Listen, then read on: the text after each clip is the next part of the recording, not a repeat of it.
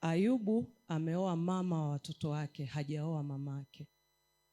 Kwa hiyo usiende kumtreat Ayubu kama ni mtoto wako. Nenda umtreat kama mume wako. Ayubu ameoa mke, hajaoa mpelelezi. Tunaomba tumkaribishe mama yetu mlezi na mratibu wetu Mama Zongi. Dada Lina, karibu.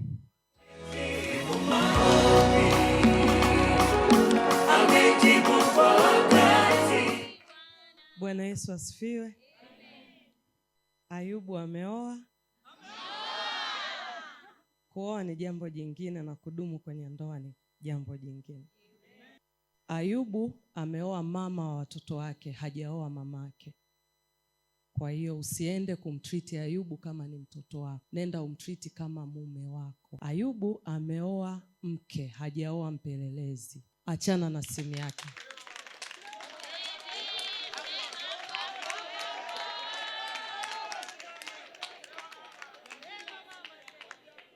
Ukiangalia hawa mabinti wote ni wazuri sana.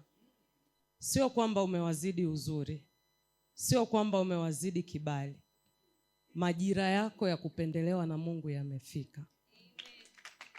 Kwa hiyo nenda ukamheshimishe Mungu wako kwenye ndoa yako. Jinsi utakavyoenda kumheshimu mume wako itawafanya hao mabinti wajifunze kitu kwako. Tumeambiwa unajua kuomba, lakini juu ya kila mwanamke kuna mwanaume, na juu ya kila mwanaume kuna Kristo. Kwa hiyo usifike ukachukua nafasi ya ukuhani ya Ayubu. Msaidie kumpenda Mungu, msaidie kwenye safari yake ya kwenda mbinguni, lakini hajaoa monitor wa maisha yake ya kiroho. Na kwa Ayubu, Irene ni mtoto wangu na ninampenda. Mwanamke anapenda kupendwa, anapenda kuhudumiwa. Nenda ukamhudumia Irene.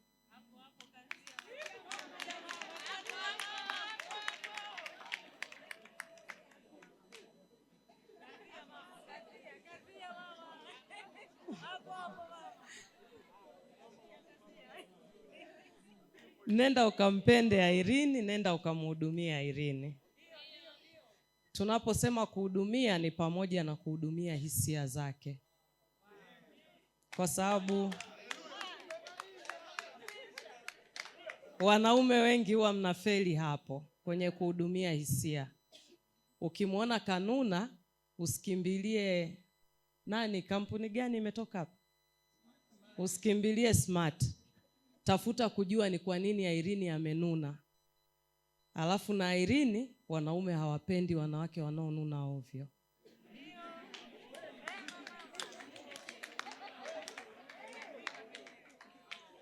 Sawa? Kwa hiyo nikiona Irene ameolewa alafu amefifia, sitamuuliza yeye, nitakuja kwako Ayubu kwanza. Na nikimuona Ayubu ameoa alafu ana stress, nitarudi kwako Irene. Kwa hiyo Mungu awasaidie kusudi la Mungu kuwaunganisha liwe la msingi zaidi ya changamoto za ndoa yenu. Na Mungu awabariki.